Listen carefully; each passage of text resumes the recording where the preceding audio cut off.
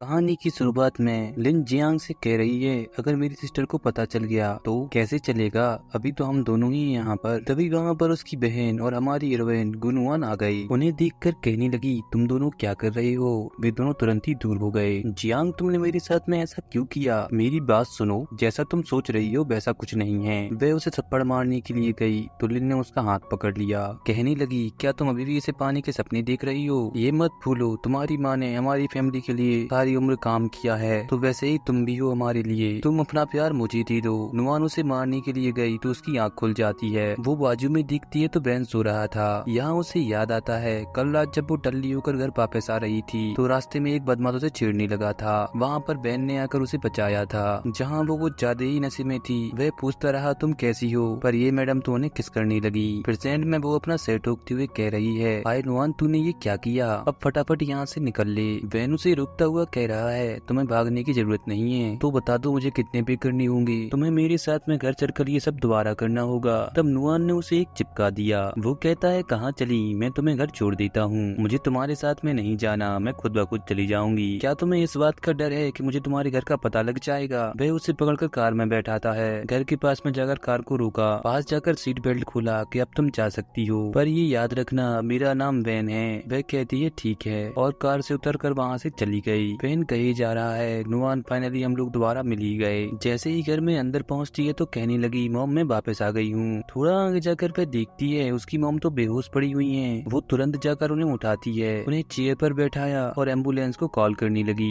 तभी वहाँ पर पीछे से उसकी सिस्टर लिन आ गई। नुआन उससे पूछ रही है, माँ को क्या हुआ है। अरे मुझे कैसे पता होगा, कुछ देर पहले तो तुम मिस जियान बनना चाहती थी, तो तुम्हें फैमिली का ध्यान भी तो रखना होगा ना। ऐसा कुछ नहीं है, तुम्हारा मंगेतर मुझे चाहता था, इसलिए मैं उसके साथ मजे कर रही थी। लेकिन हाँ, तुम्हें मेरी एक और कंडीशन माननी होगी, जिसके तहत तुम्हें मेरे फियांसे यू लीसेन के साथ में शादी करनी होगी। क्या हुआ, तुम अपने फियांसे से मेरी शादी क्यों करवाना चाहती हो। क्या वो तुम में दिलचस्पी नहीं रख रहा है। तुम्हें उससे क्या करना है। अगर तुमने मेरी बात नहीं मानी तो अपनी माँ को कभी हॉस्पिटल नहीं ले जा पाओगी। मेरी माँ की भी गु फैमिली में ही शादी हुई है। हाँ हाँ मुझे पता है, उन्होंने गु फैमिली में शादी कर कर तुमने ऐसी लूजर को पैदा किया। तुम्हें नहीं लगता है तुम्हारा सरनेम भी गु है, इसलिए तुम गु फैमिली की बड़ी बहन सी लगती हो, तो उसके नाते तुम्हारी शादी यूलिसन से होनी चाहिए। तभी वैन आकर कहने लगा, कौन होगी रियल फियांसे। ये क्या कह रही हो लिन। वो चौंकते हुए सोच रही है, वैन इसकी साइड क्यों ले रहा है। वैन नुआन से कह रहा है, तुम चिंता मत करो, मैंने एम्बुलेंस को बुला दिया है और तुम अपने कचरे को लेकर यहाँ से दफा हो जाओ। तभी जियांग आकर कहने लगा, तुम कचरा किसे कह रही हो। लिन फटाक से कहने लगी, अभी ये तुमसे बड़ा बुरा कह रहा था। जियांग कहने लगा, वैन तुम ये मत समझना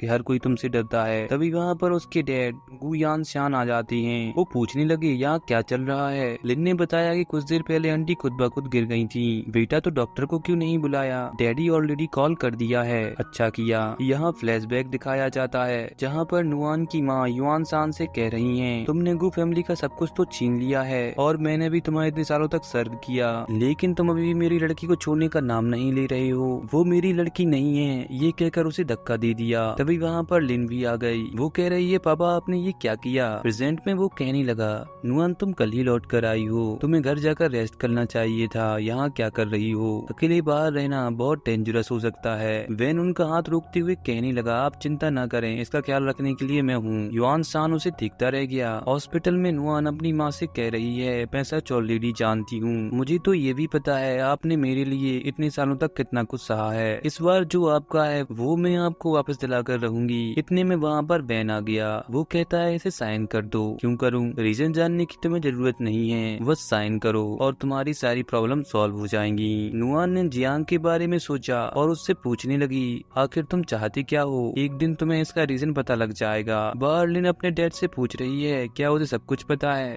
इम्पॉसिबल बेटा, आप तुमको फैमिली की बेटी हो तो तुम्हें किसी बात से डरना नहीं चाहिए। रही बात सच की, तो उसे तुम, मैं और वह औरत जानती थी। जब तक वो जागती नहीं है तब तक हम दोनों सुरक्षित हैं। तभी वहाँ पर नुआन आकर कह रही है, तुम्हारी यहाँ पर आने की हिम्मत कैसे हुई। तब लिन कहने लगी, डैड मैंने आपसे कहा था ना, इसे तो यही पता नहीं है कि अच्छे लोग कौन है और बुरे लोग कौन है। चलो हम लोग यहाँ से चलते हैं। युआन शान पूछ रहा है, बेटी अब तुम्हारी माँ कैसी है। तुम बड़े ही षड्यंत्रकारी हो, पहले तुम मुझे ये बताओ मेरी माँ वहाँ पर गिरी कैसे थी। युआन शान बात को टालते हुए कह रहा है, नुआन मुझे पता है तुम बहुत दुखी हो, लेकिन ये मत भूलो तुम्हारी माँ भी मेरी लवर थी और हम सब एक फैमिली हैं। फैमिली? आप अब तो रहने ही दो। तभी वहाँ पर वैन आकर कह रहा है, तुम तो कह रही थी कि मैं जाकर लगेज पैक कर रही हूँ, तो यहाँ खड़ी होकर क्यों अपना समय बर्बाद कर रही हो? अरे इन लोगों को जाने से रोक रही थी, तुम चलो मेरे साथ में। वे दोनों उन दोनों को देखते रह गए। रात में जब नुआन अपने कपड़े घड़ी कर रही थी, वैन उसके लिए दूध लेकर आया और पूछने लगा, कुछ मदद तो नहीं चाहिए? बस मैं इतना चाहती हूँ कि तुम मुझसे दूर रहो। ठीक है, तो ये दूध पी लो। तभी वो उससे कहने लगा, हिलना मत, और उसके होंठ पर लगे हुए दूध को पोंछता है। कहने लगा, मुझे ऑफिस में पर्सनल सेक्रेटरी की जरूरत है, इसलिए कल से तुम मेरे ऑफिस आ जाना। अगले दिन नुआन ऑफिस पहुंची।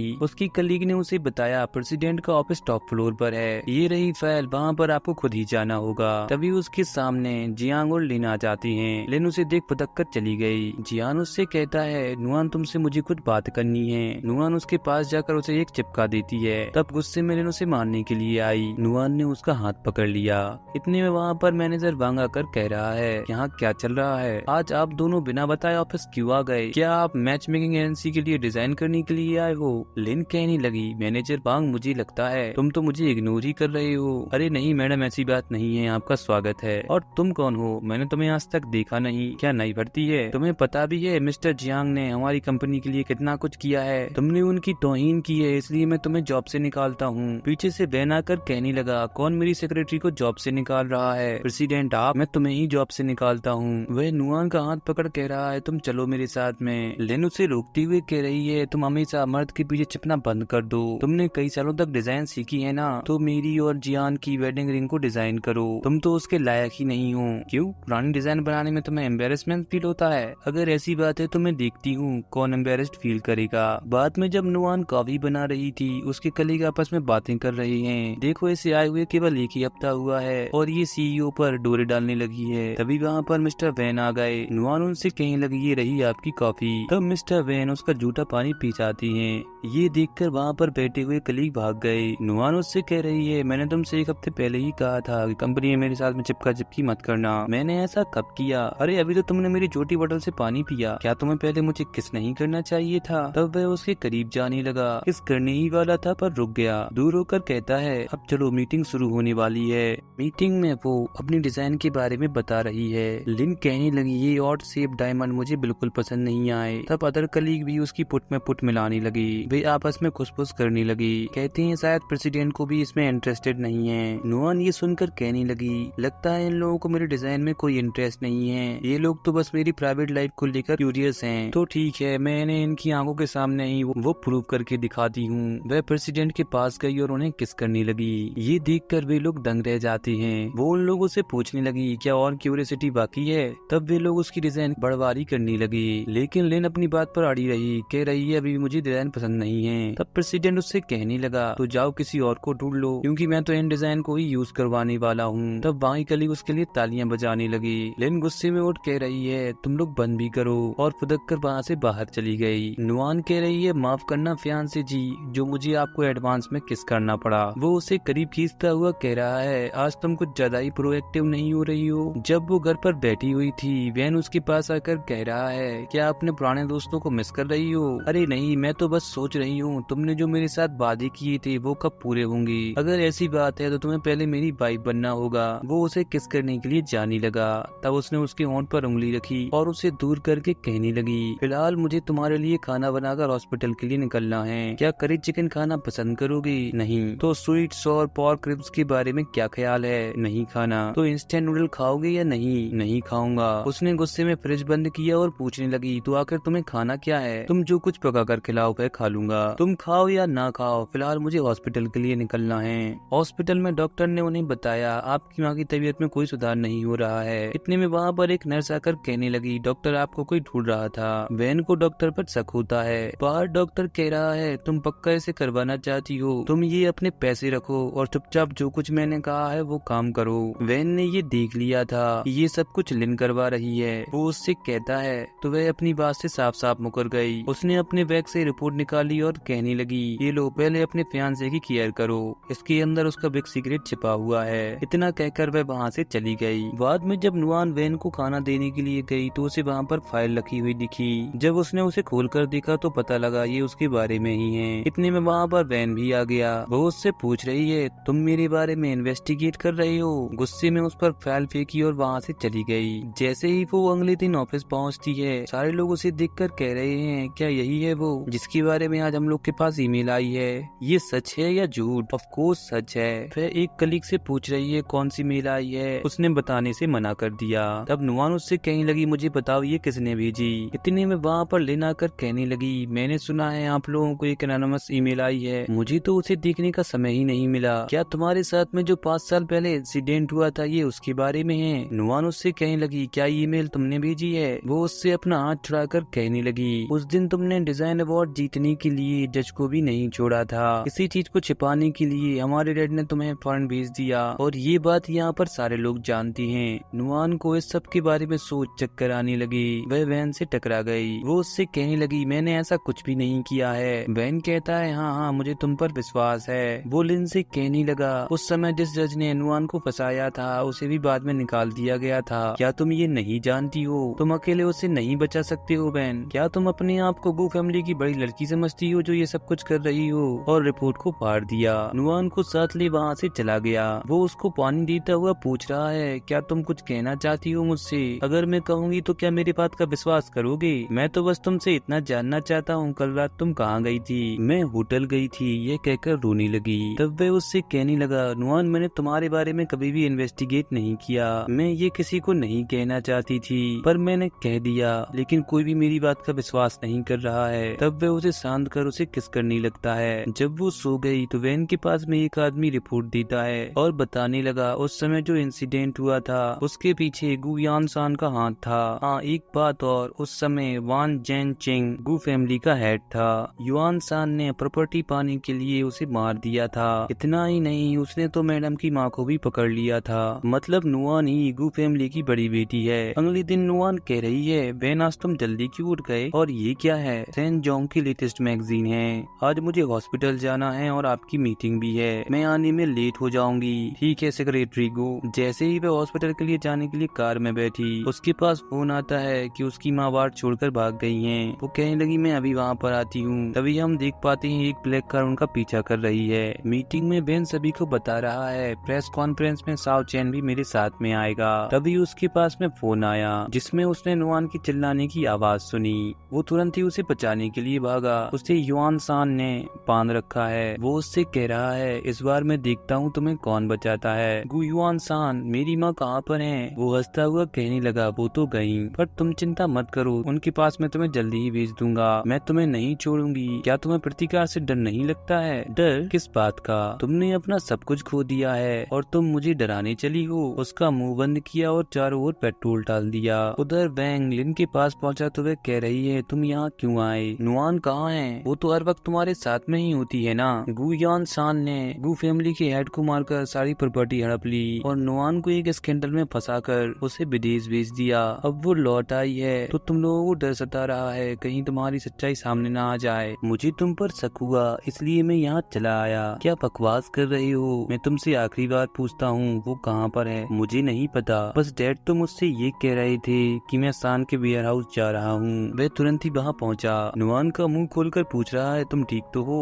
वह उससे कह रही है तुम यहाँ से भाग जाओ, ये सब युआन सान की चाल है। पीछे से युआन सान कहने लगा जो कोई भी सच जानता है आज मैं उसे यहाँ पर ही खत्म कर दूंगा। इतना कहकर उसने आग लगा दी। हॉस्पिटल में जब नुआन को होश आता है तो वैन उसे बताने लगा गु युआन सान और गु लिन को पुलिस ने पकड़ लिया है। अरे उसके पास में मेरी माँ थी, तुम चिंता मत करो, उन्हें तो मैंने पहले ही दूसरे हॉस्पिटल में ट्रांसफर करवा दिया था। अभी तो तुम बस आराम करो, बाकी सब मैं देख लूंगा। अब वो कैसी हैं? पहले गु लिन ने डॉक्टर वांग को पैसे दिए थे ताकि तुम्हारी माँ की हालत जल्दी ठीक ना हो सके, इसलिए अभी भी उनकी हालत में कोई सुधार नहीं हुआ है। आगे उनकी माँ को इमरजेंसी वार्ड में ले जाया गया। नुआन कही जा रही है मेरी माँ ही इस दुनिया में मेरे पास हैं। बेन ने उसे गले लगाया और कहने लगा तुम बिल्कुल मत घबराओ, मैं हूं ना तुम्हारे साथ में, सब कुछ ठीक हो जाएगा। क्या तुम मुझ पर दया दिखा रही हो? अरे नहीं, तुम ये भूल गई हो क्या हम लोग 5 साल पहले मिली थी, जहाँ मैं जाते हुए तुमसे टकरा गया था। तब तुमने मेरे गाँव को देखकर मुझे कपड़ा बांधा था और मुझसे कहा था कि पता नहीं मैं तुमको कैसे कंफर्ट दूं, पर एक बात याद रखना समय के साथ में चीजें बदल जाती हैं। तभी नर्स बाहर आकर बताती है आप पेशेंट खतरे से बाहर है। नुआन तुम्हारे व्यवहार मुझे आज तक याद है, मेरा विश्वास करो ये समय भी गुजर ही जाएगा। और उसे हक कर लिया। कहता है आज से तुम्हें गु फैमिली को अच्छे से संभालना है, उसके लिए मैं उम्र भर तुम्हारे साथ रहूंगा। मैं कार लेकर आता हूँ, तुम यहाँ पर ही मेरा वेट करो। तभी वहाँ पर यूलिशियन आकर कह रहा है, कैसी हो फियांसे? कौन है तुम्हारी फियांसे? गुलेन, वो तो जेल में है। अरे मेरी एंगेजमेंट तो गू फैमिली की बड़ी बेटी से हुई थी और गुलेन तो फेक वाली थी। रियल वाली बड़ी बेटी तो तुम हो गू फैमिली की। अभी गू फैमिली का समय ठीक नहीं चल रहा है, क्या तुम उनकी हेल्प नहीं करोगी? अच्छी गर्ल की तरह ये कार्ड रख लो। इतना कहकर वहाँ से चला गया। घर आकर नुआन कह रही है, मैं कुछ खाने के लिए स्नैक्स बना लेती हूँ। परेशान होने की बिल्कुल जरूरत नहीं है, मुझे नहीं खाना है। अगले दिन नुआन उससे पूछ रही है, क्या कर रहे हो? मैं बिजनेस ट्रिप के लिए जा रहा हूँ, अगर तुम्हें जरूरत पड़े तो मुझे कॉल करनी ना। वो उससे पूछने लगी, क्या तुम मुझसे अभी भी गुस्सा हो? नहीं। वेल, तुम भी घर पर नहीं होगे तो मैं भी यहाँ से चली जाती हूँ। गुनुआन, क्यों तुम मुझे तंग कर रही हो? तुम भी तो जानबूझकर बिजनेस ट्रिप पर जा रही हो, तो परेशान करना तो ऑब्वियस सी बात है। तुम मेरा चेहरा नहीं देखना चाहते हो, इसलिए मुझे छोड़कर जा रही हो। वो उसे अपने पास खींचता हुआ कहने लगा, तुम मेरे साथ में अच्छे से पेश नहीं आ सकती। अरे तुम ही तो पहले मुझसे नाराज हुए थे। उसने कार्ड दूर फेंका और कहने लगा, ये बिजनेस ट्रिप मैं 2 साल से प्लान कर रहा हूँ, तो मुझे जाना ही होगा। और उसके फोरहेड पर किस किया।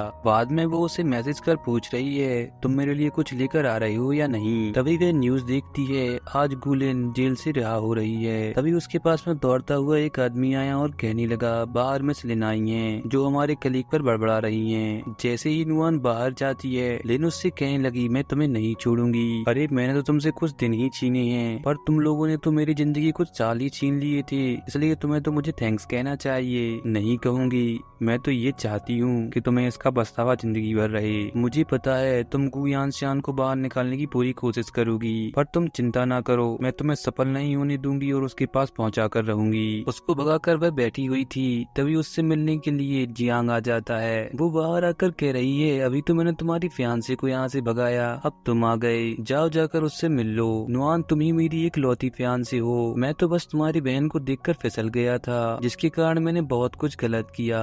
चुप हो जाओ, अब इन बातों का कोई फायदा नहीं, अब मेरा भी एक फियांसे है। यूलिशियन आकर कहने लगा, वह बिल्कुल ठीक कह रही है, तुमने तो फेक मिस गू के साथ में बहुत सारी रातें रंगीन की हैं, तो अब मेरी फियांसे को क्यों तंग कर रही हो? जियांग ने उसकी कॉलर पकड़ी और कहने लगा, ये मेरी असली फियांसे है, तो क्या करूँ, मैंने भी तो गू फैमिली के साथ में मैरिज कॉन्ट्रैक्ट किया है। इतने में वहाँ पर वैन आ जाता है। वो कहने लगी, इतनी जल्दी वापस आ गए? यूलिशियन ने उसे काट दिया तो वैन बीच में आकर कहने लगा, मेरी वाइफ को हरास करना बंद करो। वो हंसता हुआ कहने लगा, अभी समय ठीक नहीं है, मैं स्कूल में आपको परेशान नहीं करूंगा। इतना कहकर वहाँ से चला गया। बाद में वैन कह रहा है, ये रहा जो तुम्हें खाना था। वो तुरंत निकाल कर खाने लगी। कह रही है, मुझे तो लगा था कि तुम अभी भी मुझ पर गुस्सा होगे। वह उसे पास में खींचकर कह रहा है, क्यों ना हूँ, तुम इतनी फेमस जो हो गई हो, मैं अभी घर जा रहा हूँ, पर रात में मैं तुम्हें लेने के लिए आ जाऊंगा। वो कहने लगी, एक बाइट तो खाकर देखो। तब वो उसे किस कर लेता है और कहने लगा, बड़ी मीठी है। बाद में जब नुआन जा रही थी, बाहर उसे यूलिशियन मिल गया। वो कहने लगी, तुम हर जगह मेरे पीछे क्यों आ जाती हो? मेरी माँ की आखिरी ख्वाहिश थी मैं तुम्हारे साथ में शादी करूँ, इसलिए मुझे आना पड़ता है। मैं आपकी माँ की बात को समझ सकती हूँ, पर मैं तुम्हें बिल्कुल भी पसंद नहीं करती हूँ। क्या तुम वाकई मुझे रिजेक्ट कर रही हो? वह सॉरी कहकर वहाँ से जाने लगी। वो उसे रोकता हुआ कह रहा है, अपने डिसीजन पर एक दिन तुम जरूर पछताओगी। और जाकर जियांग से हाथ मिला लिया ताकि वे इन दोनों को परेशान कर सकें। अगले दिन नुआन जैसे ही ऑफिस पहुंचती है तो उसे पता लगा उसकी ज्वेलरी डिजाइन लीक हो गई है। वो तुरंत वैन के पास गई। वो कहता है, तुम यहाँ क्यों आ गई? अरे मैंने देखा कि रेड स्टॉक मार्केट एकदम से नीचे गिर गया है और हमारी लेटेस्ट ज्वेलरी डिजाइन भी लीक हो गई है, इसलिए मैं तुरंत यहाँ चली आई। रात में वो नई ज्वेलरी डिजाइन बना रही है। वैन पूछ रहा है, ये क्या कर रही हो? बस तुम्हारी थोड़ी सी मदद कर रही हूँ। मैंने देखा कि एक डिजाइन लीक नहीं हुई है, इसलिए उसका यूज करते हुए मैं एक सीरीज बना रही हूँ ताकि हम लोग भारी लॉस से बच सकें। तब तो मुझे तुम्हें थैंक्स कहना चाहिए। ठीक है ठीक है, एक बात और, तुम जल्दी सोने के लिए चले जाना।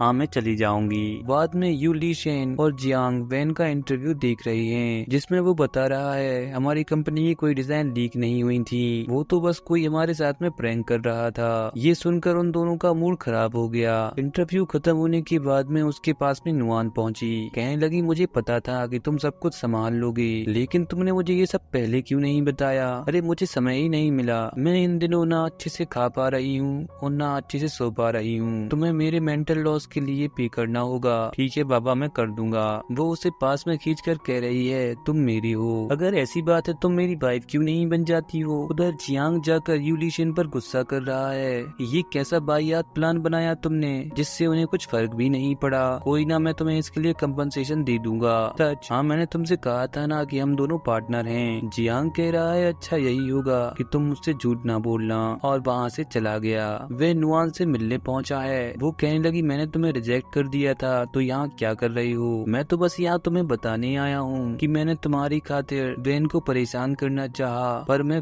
फेल हो गया। सही कह रहे हो, बेटर लक नेक्स्ट टाइम। और दूसरी मेरी माँ की विश थी कि मैं तुम्हारे साथ में शादी रचाऊं, तो वह भी मैं पूरी नहीं कर पा रहा हूँ। लेकिन विश पूरी न होने का एक नुकसान है, तुम अपनी माँ से मिलना तो भूल ही जाओ। क्या मतलब? कुछ समय पहले मैं तुम्हारी माँ को अपने घर ले गया था। अगर तुम मेरे साथ में शादी कर लोगी तो वह बिल्कुल सेफ रहेंगी, वरना कोई गारंटी नहीं है। अपनी माँ की खातिर अगले दिन नुआन ने जाकर वैन से ब्रेकअप कर लिया। वो पूछे जा रहा है अचानक तुम ऐसा क्यों कर रही हो। अरे बस मैंने तुम्हारे साथ बहुत रह लिया, मुझे ब्रेकअप करना था तो कर दिया। मुझे अब तुम्हारी हेल्प की कोई जरूरत नहीं है। मेरे पास में गू फैमिली की सारी प्रॉपर्टी आ चुकी है। और एक बात, मैं तुम्हें बिल्कुल भी पसंद नहीं करती हूँ, तो अब मैं तुम्हारे साथ क्यों रहूं। रिंग उसके हाथ में थमाई और वहाँ से जाने लगी। ये सब यूलिशियन देख रहा था। जब वे घर पर बैठी थी तो उसे वैन के साथ में बिताए हुए हसीन लम्हे याद आ रहे हैं कि किस तरीके से उसने उसकी हेल्प की, उसे अपने पास में रखा, हर वक्त उसे कंफर्ट दिया। तभी डोरबेल रिंग होती है। उसने जाकर दरवाजा खोला तो जियांग उससे मिलने के लिए आया। वो अंदर आकर उसकी वेडिंग ड्रेस उठाने लगा। वो कह रही है तुम्हें इससे क्या करना है। मैं जानता हूँ मैंने तुम्हारे साथ में बहुत गलत किया है, पर मैं आज यहाँ पर तुमसे दिल से माफी मांगने के लिए आया हूँ। प्लीज मुझे माफ कर दो। उसने ठीक कहा तो वह उसे हक करने लगा। उसे हक करते हुए वैन ने देखा।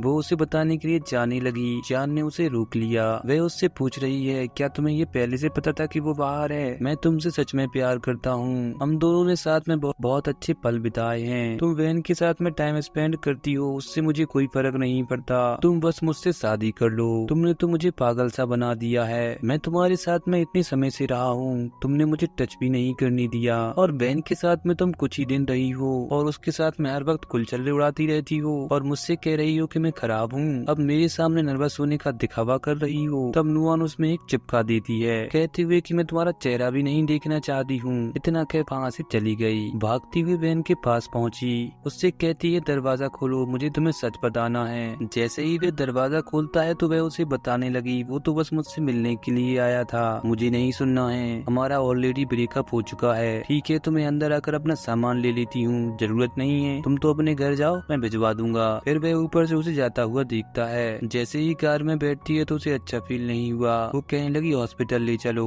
जहाँ पर डॉक्टर ने उसे रिपोर्ट देते हुए कहा कि तुम प्रेग्नेंट हो। उसे तुरंत याद आता है कि ये बच्चा जरूर वैन का ही होगा। वो डॉक्टर से कहती है कि आप ये किसी को मत बताना, मैं वैन को सरप्राइज देना चाहती हूँ। जैसे ही वह कार में आकर बैठी तो वहाँ पर पहले से यूलिशियन बैठा हुआ था। वो वहाँ से जाने लगी तो वह उसे पकड़ कह रहा है मुझे तुमसे कुछ बातें करनी है, बोलो क्या चाहते हो, घर चलो। यूलिशियन मेरी माँ कैसी है, शांत रहो मैं दिखाता हूँ। उसने दरवाजा खोला तो वह देखती है उसकी माँ का ट्रीटमेंट चल रहा है। वो बताने लगा मैंने बेस्ट एक्सपर्ट को बुलाया है ताकि वो तुम्हारी माँ की अच्छे से देखभाल कर सकें। तुम ये देखो मेरे पेट में वैन का बच्चा फल रहा है, क्या अब भी तुम मुझसे शादी करोगे? इससे कोई फर्क नहीं पड़ता। इतने में वहाँ पर वैन आ गया। कहने लगा आखिर तुम चाहते क्या हो? तुम्हें बताना चाहता हूँ कि मैंने तुम्हारी वाइफ को तुमसे छीन लिया है। वो नुआन से अपने साथ चलने के लिए कहता है। उसने अपनी माँ की ओर देखा और वह उसके साथ नहीं गई। आगे उसे पता चलता है जियान और लीशियन मिलकर वैन को फंसाने का प्लान बना रहे हैं। वो लीशियन से कहने लगी तुमने तो मुझसे वादा किया था ना कि तुम मुझे परेशान नहीं करोगे, लेकिन तुम्हारा पार्टनर तो मुझे परेशान कर रहा है। अरे अब ये मेरा पार्टनर नहीं है मिस्टर जियांग, तुम बड़े ही स्टूपिड हो, क्योंकि रियल विनर तो केवल मैं ही हूँ। क्या मतलब? मैंने तुम्हारे साथ में जो मनी इन्वेस्ट की थी वो तुम्हारे भाई के नाम पर थी, जो जियांग फैमिली का सेकंड ट्रस्टेड सन है। ये उसकी साजिश थी ताकि वो अपने पिताजी के सामने तुम्हें नीचा दिखा सके।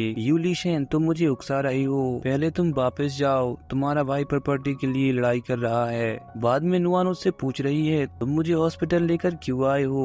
इस हॉस्पिटल में वैन ने बहुत पैसा इन्वेस्ट किया है, क्या तुम मुझ पर शक कर रही हो? तुम इतनी नर्वस क्यों हो गई? क्या तुमने मुझसे कुछ झूठ कहा है? तो ये याद रखना झूठ बोलने वाले मुझसे बच नहीं सकते, लेकिन तुम पहले ऐसी हो जो बच गई। तभी यू को नर्स आकर रिपोर्ट देती है, जिससे ये कंफर्म हो गया कि वह प्रेग्नेंट है। तब वह उसे ले जाकर खाना खिला रहा है। तभी उसके पेट में दर्द होने लगा। वो वो उससे कहती है कहीं तुमने कोई ड्रग तो नहीं दिया मुझे। वो कहने लगा मैं जाकर वेन को बताता हूँ कि उसका बच्चा यहाँ से जाने वाला है। वो उसे रोकने गई तो नीचे गिर गई। तभी वहाँ पर डॉक्टर आया। वो कह रही है मुझे हॉस्पिटल ले चलो, पहले मुझे यू से पूछना होगा। अरे उसे मत बताओ, और वहाँ पर ही बेहोश हो गई। बाद में जब उसे होश आया तो यू आकर बता रहा है 1 हफ्ते बाद हमारी शादी है, इसलिए तुम अपना अच्छे से ध्यान रखो। क्या मुझे तुम्हें जान बचाने के लिए थैंक्स कहना चाहिए? तुम बिल्कुल चिंता मत करो, मैं तुमसे ये शादी केवल मेरी माँ की विश को पूरी करने के लिए कर रहा हूँ और तुम्हारा अच्छे से ध्यान भी रखूंगा। बाद में वो उसके पास जाकर कह रहा है आखिर मैं जीत ही गया।